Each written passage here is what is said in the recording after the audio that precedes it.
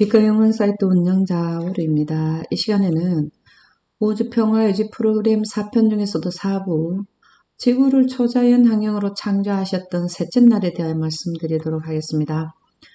지구를 처음에 창조하셨을 때에는 우리가 살고 있는 자연 환경인 삶과 죽음이 공존하는 환경이 아니고 영생할 수 있도록 초자연 환경을 창조하셨습니다. 이 지구를 창조하시기로 계획을 하신 것은 스가랴 6장 13절에 우주신기원에 아버지 하나님과 아들 하나님 두 분께서 계획, 의논을 하셨습니다. 그 계획을 실천에 옮기신 것이 지구를 창조하시는 것인데요.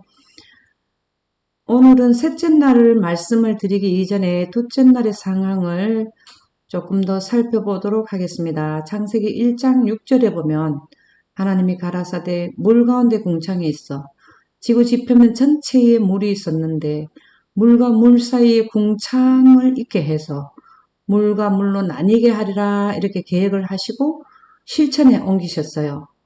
궁창을 만드시니까 궁창 아래의 물과 궁창 위의 물, 궁창은 대기권이죠. 이렇게 물을 나뉘게 하셨습니다.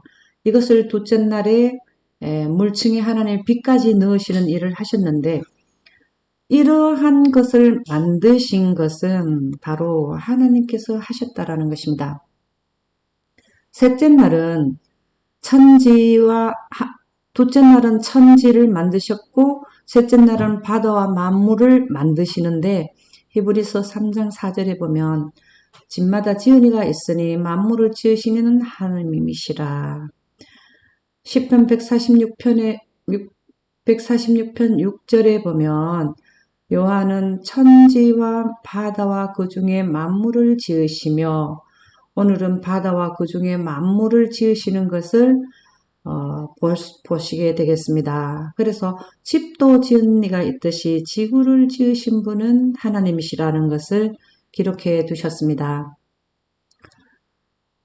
성층권에 물을 올리시고 난 뒤에도 지구 지표면에는 아직까지도 물이 덮여 있는 상태였습니다.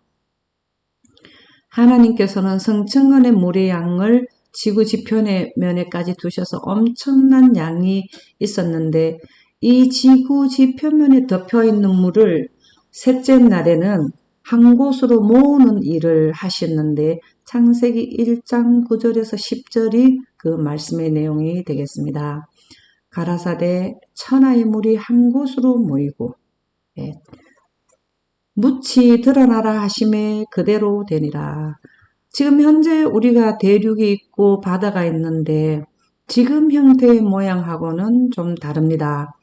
왜 그러냐 하면 지금의 우리 물은 지구의 물은 70%이고 육지가 30%인데 성층권에 있는 물층을 하나님께서 나누어 놨는 물이 노아 홍수 때 내려왔기 때문에 그래서 그 물의 양이 성층권에 있는 물의 양이 여기에 있기 때문에 물의 양이 이렇게 많은 것입니다. 노아 홍수 전에는 지구 지표면에는 대륙이 70%, 물이 30%가 되지 않았나 하는 생각은 성층권에 물층이 내려왔기 때문에 이렇게 물이 많았다라는 것이 그것으로 볼 때는 그런 비율이 나온다고 생각이 됩니다. 확실한 정확한 것은 알 수 없지만 지금보다는 육지가 훨씬 더 많았다라는 것입니다. 그래서 이렇게 바닷물을 한 곳으로 모으고 나니까 드디어 지구 표면이 이렇게 드러나게 된 것이죠. 그래서 모인 물을 바다라 하시고 또 이렇게 묻힌 땅이라 이렇게 지칭을 하신 것입니다. 이러한 상황을 조금 더 상세히 설명해 주신 말씀이 시편 77편 19절인데요. 주의 길이 바다에 있었고 주의 첩경이 큰 물에 있었으나 주의 종족을 알 수 없었나이다. 여기서 첩경이란 말은 히브리어로 샤빌인데요. 통로, 길 그렇습니다. 이 말씀은 지구 전체가 수면으로 덮여 있을 때에 하나님께서 물을 한 곳으로 모으기 위해서 가를 때 이것이 통로가 났다라는 것입니다. 묻이 드러나게 하기 위해서 길을 내셨는 것을 첩경이 그 큰 물에 있었다 이렇게 표현하는데 이사야 43장 16절에도 같은 내용이 나옵니다. 바다 가운데 큰 가운데 길을 큰 물 가운데 통로를 길을 내셨다. 그렇게 길을 냈기 때문에 물이 한 곳으로 모이고 묻이 드러나게 되었다라는 말씀을 기록해 주셨습니다. 이러한 것들도 말씀으로 가라사대 물이 한 곳으로 모이도록 물론 하나님께서 한 곳으로 모이게 할 때는 강한 바람을 강풍을 사용했을 것으로 노아 홍수 때 지표면의 물을 강풍으로 하셨거든요. 그렇게 생각이 됩니다. 그래서 말씀으로 하셨습니다. 그러면은 말씀으로 물도 한 곳으로 모으고 또 천지도 창조하시고 모든 것을 이렇게 하셨는데 하나님의 음성, 하나님의 말씀은 어디에서 나오는지 그것을 한번 살펴보도록 하겠습니다. 신명기 5장 24절 말하되 우리 하나님 여호와께서 그 영광과 위엄을 우리에게 보이시며 영광을 보이시는데 불가운데서라는 것은 구름에 하나님의 빛을 넣으면 불기둥, 이스라엘 백성들이 밤에 출애굽했을 때 불기둥, 바로 그것이 영광을 의미하는 것인데요. 영광 가운데서 음성이 우리가 나오는 걸 들었다. 그렇게 하는데 이것을 이해를 좀 도우려면 비 오기 전에 구름에 빛이 입사가 되면 번개와 천둥과 내성이 나는 것을 구름과 빛이 만날 때 번개가 나는 것을 우리가 자연 환경 가운데서도 잘 볼 수 있습니다. 그 예를 본다면 불 가운데 나오는 음성이 무엇인가를 알 수 있을 것입니다. 시편 29편 3절에 보면 여호와의 소리가 물 위에 있도다. 영광의 하나님이 내성을 바라시니 구름과 빛이 결합이 되면 내성, 하나님의 빛, 구름에 하나님의 빛이 됐을 때 하나님의 음성이 나온다는 것입니다. 그래서 여호와는 많은 물 위에 계시도다. 하나님의 음성은 영광 가운데서 나온다라고 기록이 되어 있습니다. 그러면 영광에 대해서 조금 더 살펴보도록 하겠는데요. 영광은 엄청난 큰 일을 하는 하나님의 하시는 일이 영광을 통해서 하시는데 이것을 살펴본다면 영광은 사실 물과 하나님의 빛의 결합이 영광이 됩니다. 하나님의 빛 중에서 빛이 구름을 통과하게 되면 가시광선, 모든 생명체의 생명이 되는 빛이 바로 가시광선이 하나님의 빛의 가시광선이 영광인데요. 물부터 알아본다면 빛과 물이 만나면 어떤 일이 일어나는지 그 영향력을 살펴보겠습니다. 이 지구상의 모든 화학 반응이 물 속에서 일어납니다. 지금 현재도 지구의 물이 70%가 되고 사람도 물이 70%가 되죠. 그래서 생명체에서 일어나는 모든 생학 반응, 동물들도 생학 반응을 하는데 하나도 예외 없이 물과 반응하게 되어 있다. 우리 사람도 물이 몸의 70%가 되는 것은 생학 반응을 하는데 필수 조건, 물이 부족하면 사실은 사망에 이르게 되죠. 그래서 물은 유심히 들여다보면 이렇게 생학 반응을 하는 것을 더 자세히 본다면 신비 그 자체이며 지각 능력이 있다. 물은 정보를 받아들여서 반응을 한다라는 것입니다. 물이 그 주변 환경에 영향을 받는다. 주변의 어떤 물체 혹은 빛이나 진동에 의해서도 물의 성질이 변한다는 것입니다. 그래서 물이 빛을 따라 전기를 띠는데 하나님께서도 능력을 행사하실 때는 항상 물을 사용하시는데 빛과 물을 결합을 해서 능력을 행사하십니다.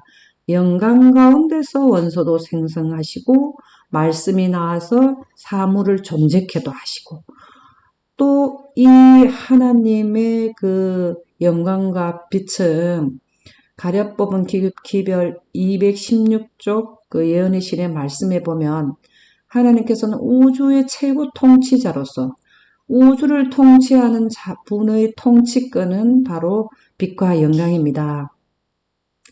모든 생명이 있는 존재들을 위해서뿐만 아니라 지구 지표면에 있는 모든 동식물의 생존, 존재를 위해서 이 에너지가 있어야 되는 것과 뿐만 아니라 천연계의 전체적인 운행을 위하여 은하의 모든 거대한 은하들이 유지, 보존되는 지배의 법칙을 제정하셨다. 그것이 하나님의 최고 통치권자의 통치권이 빛과 영광이라는 것입니다. 큰 것이나 작은 것이나 생물계나 무생물계나를 막론하고 우주의 만물은 무시할 수 없는 고정된 법칙의 지배를 받고 있다. 하나님께서는 우주의 이 법을 고정시켜 놨다는 것입니다.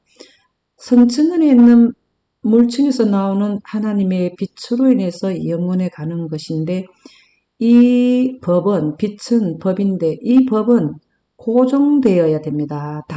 이 법이 물러나게 되면 사망이 오게 되는 거죠. 바로 좋은 예가 아담이 선악과를 먹음으로써 성층권에 비치던 빛이 물러가고 아담이 입었던 빛의 옷이 물러갔기 때문에 삶과 죽음이 있는 우리와 같은 인간으로 전환이 된 것이죠. 그래서 이것은 고정된 법칙이 됩니다.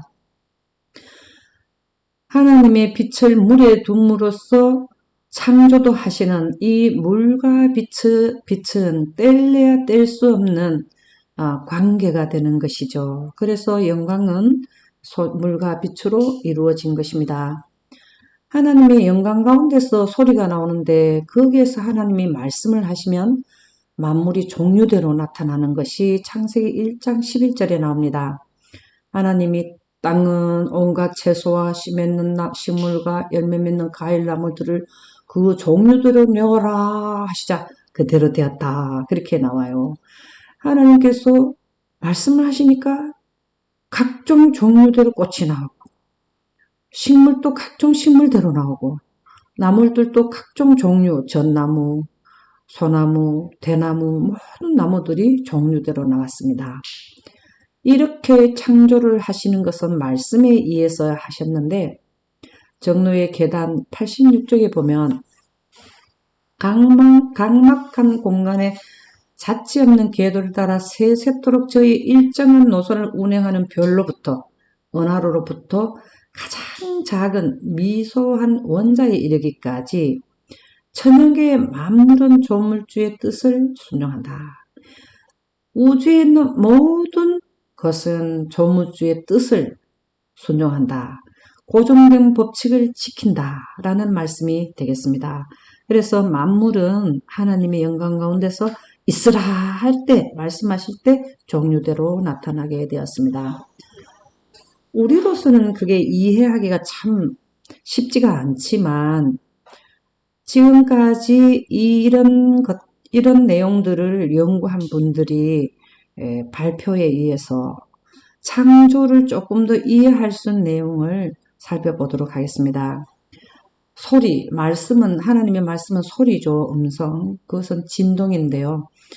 소리는 형태를 규정한다. 이렇게 과학자들이 실험을 통해서 증명을 했습니다.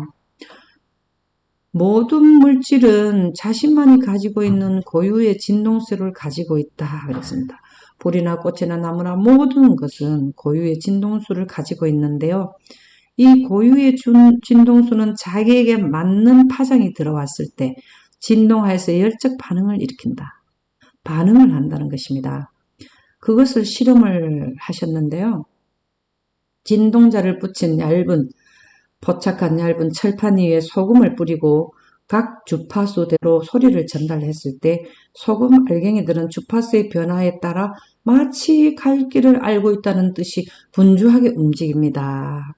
666Hz 대역을 보냈을 때는 간단한 형태를 이루고 777Hz 소리를 보냈을 때는 조금 더 복잡한 모양을 나타내고 2222Hz 대역을 보냈을 때는 더 복잡한 하나님께서 소리를 모든 물질은 고유의 진동수를 가지고 있는데 풀의 진동수, 고유의 진동수의 소리를 보냈을 때는 각 종류대로 있으라 하고 그 진동수를 보냈을 때는 풀이 지구 지표면에 쫙 나타나게 되고 그보다 더 복잡한 구조를 가진 꽃들에 대한 진동수, 꽃이 가지고 있는 고유의 진동수를 하나님께서 소리로 있으라 하시면 꽃들이 쫙 지구 지표면에 나타나고 더 또 단단한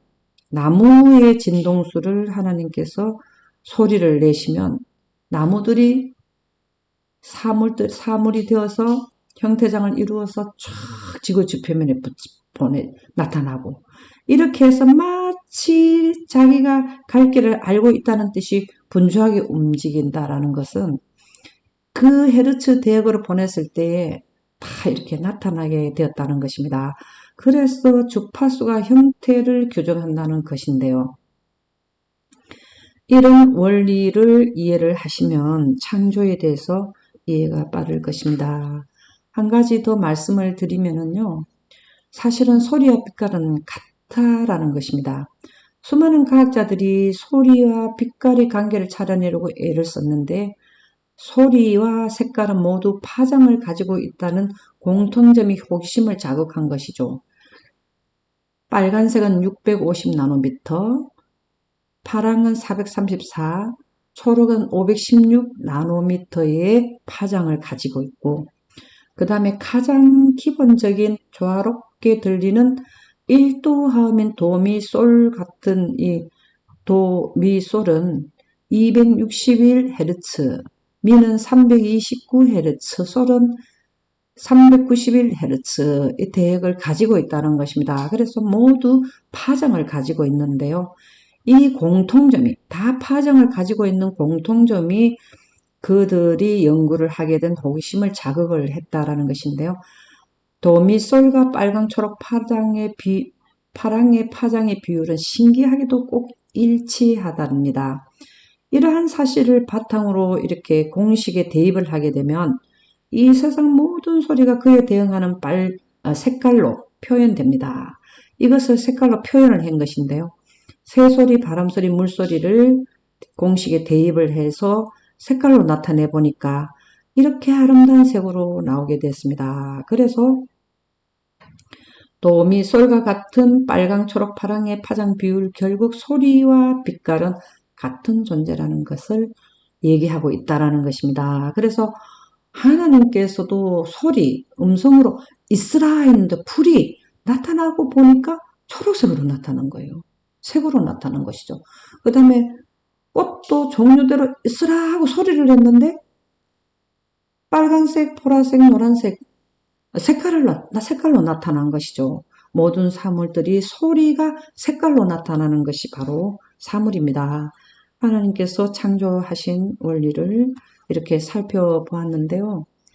이러한 사물로 나타날 때에 그 재질은 모든 원소들인데요. 각종 원소들이 가려뽑은 기별 312쪽 예언의 신에 보면 그분의 음성에 의해서 모든 것들이 그분 앞에 아까 그 소금이 쫙 자기가 알아서 자동으로 가듯이 그분 앞에 딱 일어난 것입니다. 하나님께서 소리를 말씀을 하셨을 때 그분 앞에 쭉 이렇게 섰어요. 그래서 이 원소들은 보이는 것은 나타난 것으로 말미암아 된 것이 아니기 때문이다. 전에도 말씀드렸듯이 지구의 사물을 창조하는 모든 원소, 지구를 창조하실 때는 우주 시공간에 널려있는 모든 사물의 재료를 재활용하지 않으시고 직접 새로 원소를 생성하셔서 사용하셨다는 것입니다. 그래서 그것이 바로 이 말씀인데요. 히브리서에 나오는 말씀인데 반대로 모든 사물은 물질적이거나 영적이거나 간에 그분이 음성을 발할 때에 있으라 이렇게 주파수 대역대로 보내면, 헤르츠 대역대로 보내면 주 여호와의 앞에 일어섰으며 그분 자신의 목적을 위하여 창조되었다. 재료들이 쫙 서가 있다가 하나님께서 헤르츠 대역대로 고유의 진동수를 보낼 때에 창조, 사물로 나타났다라는 것입니다. 그래서 소리의 지문은 사실 주파수인데요. 이러한 소리로 인해서 사물들이 서로 사물로 나타날 수 있도록 소리에 의해서 이렇게 창조가 된다는 것입니다. 그것을 조금 더 말씀을 드린다면 이 모든 사물들은 하나님의 이 기운으로 존재를 하게 되는데 모든 것이 주 여호와께서 말씀하시자 그분 앞에 섰으며 그분 자신의 목적대로 창조되었는데 하늘과 그 가운데 있는 모든 천군 천사들과 땅과 그 가운데 있는 모든 만물, 꽃과 나무와 풀 이런 것들은 모두가 하나님의 이 기운에 의하여 존재하게 되었다. 하나님의 이 기운이라 하는 것은 하나님은 영원에 가게 하는 창세기 1장 3절의 빛을 직접 생성하시는 분이기 때문에 하나님께서 만드신 영원에 가는 에너지에 의해서 존재하게 되었다라는 말씀입니다. 천사들도 또 하늘과 땅들도 천군 천사들도 모두가 하나님의 이 기운에 의해서 존재하게 되었다. 다시 말해서 하나님께서 모든 만물을 다 창조하셨다라는 의미가 되겠습니다. 그래서 자연계는 사실 하나님께서 만드셨기 때문에 창조주의 종이다라고 표현이 되어 있는데 사실은 종이라기보다는 하나님께서 쓰시도록 재료를 준비해 두셔서 목적에 따라 쓰임을 받았다라는 것을 그렇게 표현한 것인데요. 부조화 선지자 114쪽에 보면 자연계는 그것을 만드신 창조주의 종이다. 하나님께서는 그분의 법들을 폐지하시거나 그것들에 배치되게 일하시지도 않으신다. 그분은 계속적으로 그것들을 그분의 도구로 쓰시고 계신다. 그렇게 말씀하셨어요. 모든 것을 그분의 도구로 사용하고 계시는 것은 하나님께서 이러한 원소들을 생성하셨기 때문에 하나님의 도구로 쓰임을 받게 되는 것입니다. 욥기 38장 14절은 셋째 날에 지구의 지표면에 나타난 모든 사물들이 어떻게 이렇게 나타나서 유지 보존되는가에 대해서 말씀을 하셨는데요. 창조받고 보존되는 것을 말씀해 놓으셨습니다. 욥기 38장 14절에는 땅이 변하여 진에게 인친 것 같고 땅이 지구에서 땅이 물에서 이렇게 물이 한 곳으로 모으고 나니까 땅이 지표면에 드러나서 처음에 딱 땅에 비쳤는 것이 첫 번째 나타나는 것이 하나님의 빛입니다. 성층권에 있는 빛이 수면에 비치고 있다가 한 곳으로 물을 모으고 땅이 드러나니까 땅이 처음에 맞이한 것이 바로 빛입니다. 하나님의 빛입니다.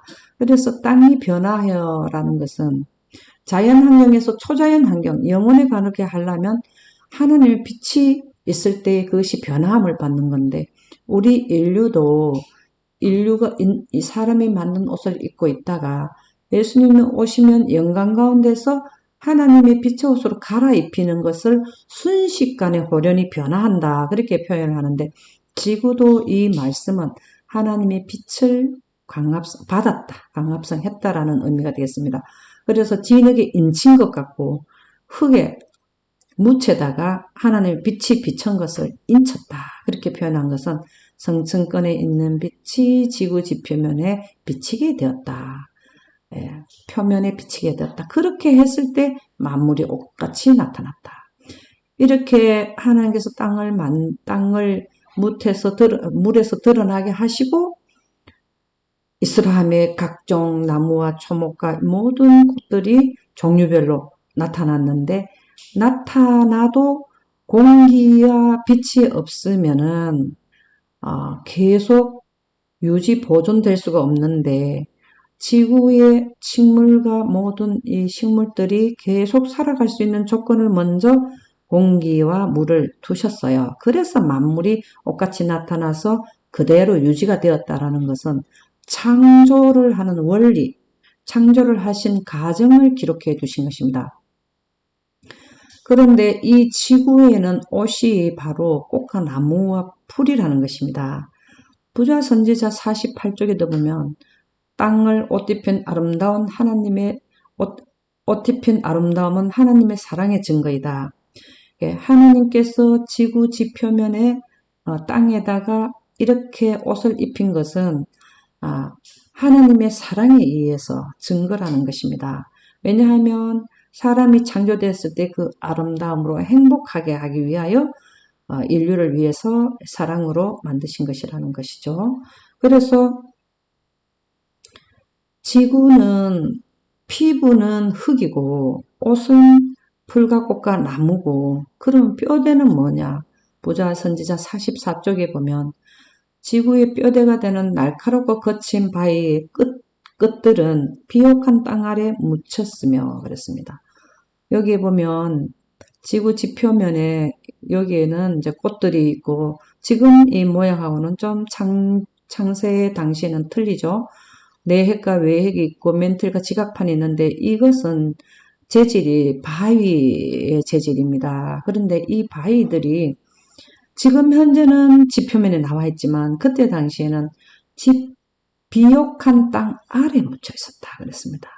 왜 지표면 위에 나왔나 하면 노아 홍수 때 에덴이 철수됨으로써 지각판이 깨져서 지구 지표면 위로 올라왔기 때문에 그래서 지금은 지구의 뼈가 지구 피부와 옷을 뚫고 지구 지표면까지 나타나게 된 것입니다. 이렇게 해서 진흙에 인쳤다 하는 것은 만물이 똑같이 나타났다는 것은 하나님께서 지구 지표면의 대륙에 꽃과 나무 풀들을 창조하셨다라는 것이 욥기 38장 14절의 말씀이 되겠습니다. 이러한 만물을 만드시는 것은 조건이 동일하다 그랬습니다. 주님을 첫째로 높이자 67쪽 예언의 신에 보면 이 세상을 창조하신 동일한 창조의 능력이 이것은 빛과 하나님의 영광이죠. 아직도 우주를 붙들고 천연계의 운행을 지속하도록 작용하고 있다. 빛과 영광이 우주의 천연계의 운행을 지속하는 작용, 그러니까 동일하다는 것입니다. 통치권이 창조하신 하나님 빛과 능력이 이 우주의 통치권이 된다는 것이죠. 그래서 어디까지 하시나 하면 하나님의 말씀 모든 원소들을 통제하신다. 우주에 있는 모든 것은 하나님께서 창조하셨기 때문에 그 하나님께서 다 그 원소와 사물과 은하 모든 것들을 통제할 수 있는 능력을 가지신 분이죠. 우주의 통치권자는 우주의 통치권인 모든 사물을 통제할 수 있는 통치권이 바로 빛과 영광이라는 것입니다. 교육 99쪽에 보면 창조도 은하를 돌리는 것도 다 원소도 하나님께서 그 통치권으로 하시는데 교육 99쪽에 보면 모든 생명은 그분에게서 나온다. 하나님의 보좌의 빛에서 나오는 그 생명은 그분에게서 나오는데 이 보좌의 빛은 하나님께서 생성하셔서 보좌에 두신 것이죠. 생명의 참된 활동 범위는 영생에 갈 수 있는 것은 하나님과 조화를 이룰 때만 찾을 수 있다. 하나님께서 만드신 만물은 그 조건이 동일하니 지구의 흙과 또 나무와 꽃과 은하와 이 모든 것을 만든 것은 다 하나님의 영광으로 만든 것인데 조건이 동일하니 곧 그 생명은 하나님의 생명을 받아서만 유지되고 창조된 것은 하나님의 빛을 받음으로써만 영생에 가고 창조주의 뜻과 일치되는 곳에서 생사되는 것이다. 전체적인 내용은 만물을 창조하는 것도 하나님의 영광으로 하고 우주의 모든 은하를 돌리고 유지하고 지속하는 것도 하나님의 빛과 영광이고 창조된 자들이 영원히 살아가는 것도 그분의 빛을 바다에만 살고 모든 조건은 동일하다라는 것을 말씀하고 있습니다. 지구가 초창기에 만들어졌을 때는 궁전의 정원보다 더 아름다웠다라고 기록이 되어 있는데요. 지금 여기에 참 아름답다고 그림은 가지고 왔지만 초창기 지구 창조 당시의 광경을 어떻게 다 그림을 그릴 수 있겠습니까?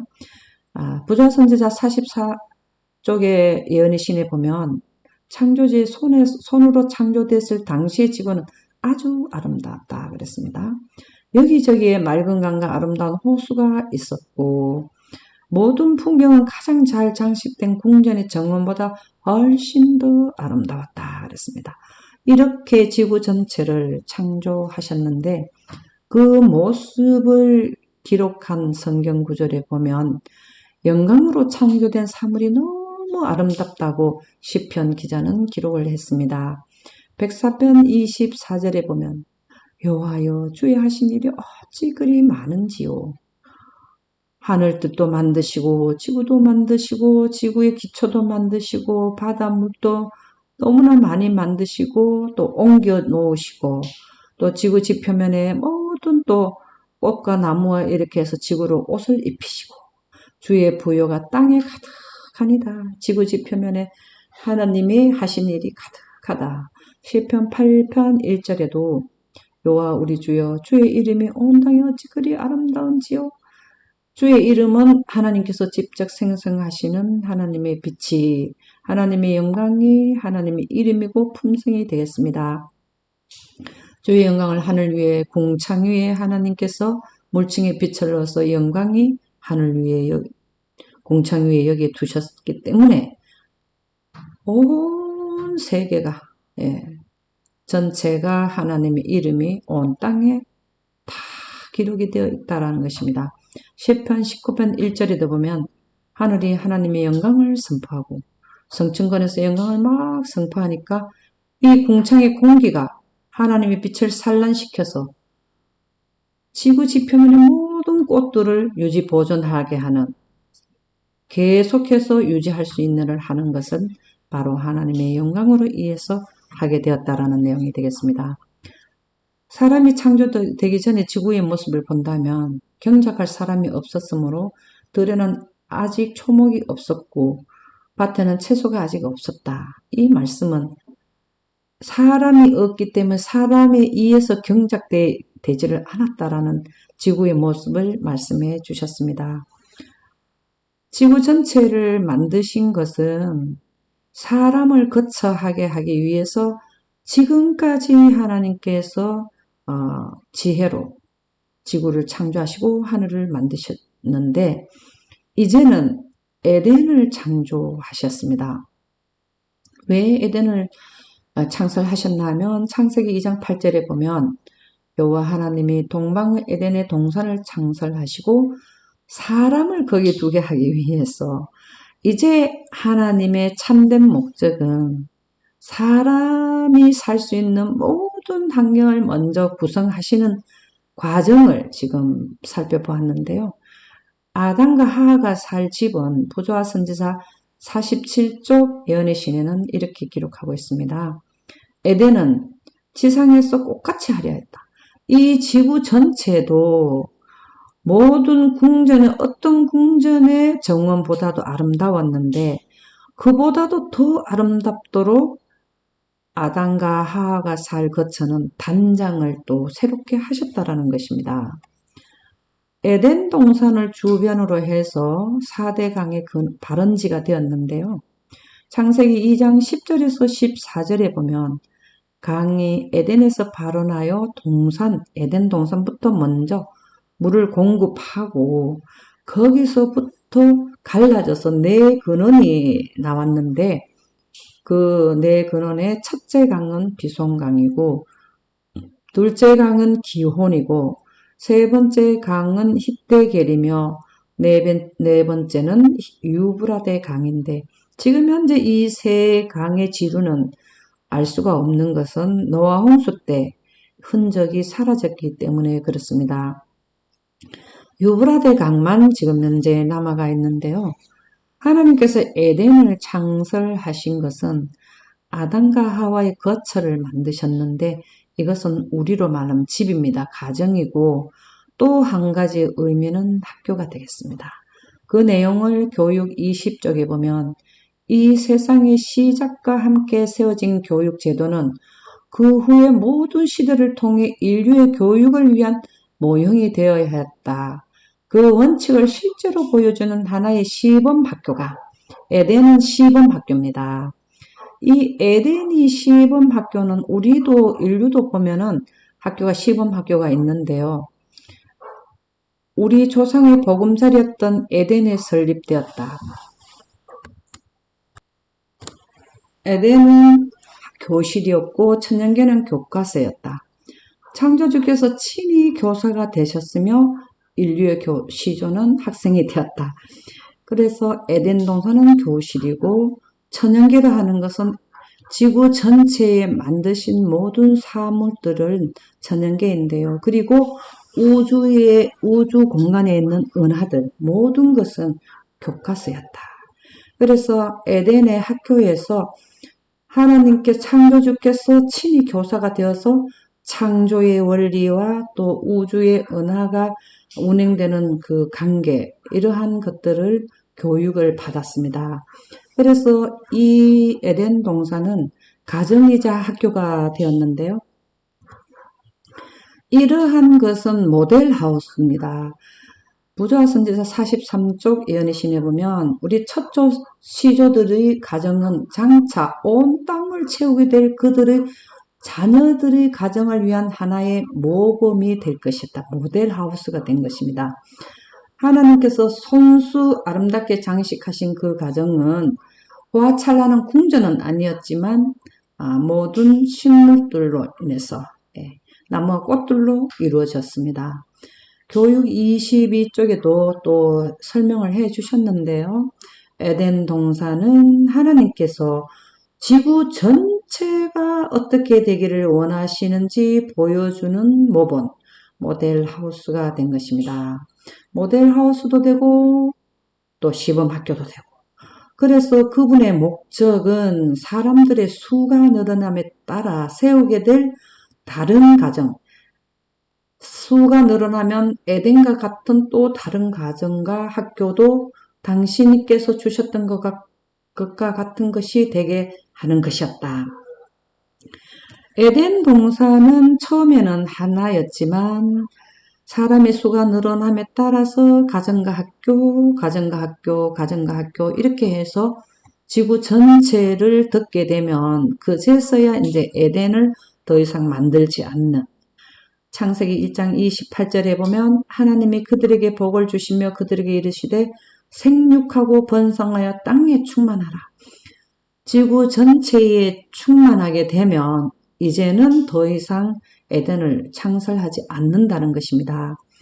그러나 에덴은 아담이 선악과를 먹음으로써 모델하우스와 시범학교의 첫 번째 에덴으로서 더 이상 에덴이 만들어지지 않고 끝이 나게 된 것입니다. 왜 그러냐면 아담이 선악과를 먹었기 때문입니다. 에덴은 드넓은 지역에 남북한만한 뉴멕시코주만한 크기의 땅인데 두 분 아담과 하와만 살게 되어 있었습니다. 인구 밀도가 참 낮죠. 지금 현재 인류는 도시의 인구 밀도가 너무 높아서 많은 스트레스를 받고 삶의 치열한 경쟁에 의해서 힘들고 있지만 이때 당시에는 최적의 환경을 만들어 주셨던 것입니다. 이 모든 일이 다 마치고 나니까 저녁이 되며 아침이 되니 이는 셋째 날이 되었습니다. 지금 현재 우리는 저녁이라는 것은 공기가 있고 빛이 있어서 다 있을 때는 낮이고 태양이 이제 넘어가게 되면 공기만 우리가 있게 되면 저녁이 되어 어두워지는데 아담과 하와가 죄짓기 전까지는 지구 전체에 밤이 없었습니다. 왜 그러냐면 성층권의 물층에 하나님의 빛이 있어서 밤낮으로 여기에서 내려왔기 때문에 지구 전체에는 밤이 없었어요. 그러나 저녁이 되면 아침이 되니 셋째 날이라 하는 것은 지구가 자전을 했다. 하루라는 시간이 흘렀다라는 것을 표현한 것이 바로 저녁이 되면 아침이 되니 이는 셋째 날이라 그렇게 말씀하셨습니다. 셋째 날 하나님께서 창조하신 것을 어떻게 해서 이 수많은 큰 나무들, 태양빛에 의해서 천년이 가야 만들어지는 이러한 나무들을 하루만에 만드셨을까? 베드로후서 3장 8절은 그 의문을 좀 해소해 주시는 말씀이 되겠는데요. 사랑하는 자들아, 주께는 하루가 천년 같고 우리 태양빛으로 하루가 사는 것은 하나님께서 하루는 태양빛으로 살아가는 천년과 같고 태양빛에 의해서 천년이 사는 것은 하나님의 입장에서는 하루와 같다 하는 이 한 가지를 잊지 말라. 이것은 바로 무슨 차이냐면 태양빛과 하나님의 빛의 그 성능의 차이를 좀 말씀하고 있는데요. 천년 동안 나무가 태양빛을 받아서 큰 나무가 생성되었는데 하나님은 그 큰 나무 천년이나 있어야 만들어진 나무도 하루에 만드셨습니다.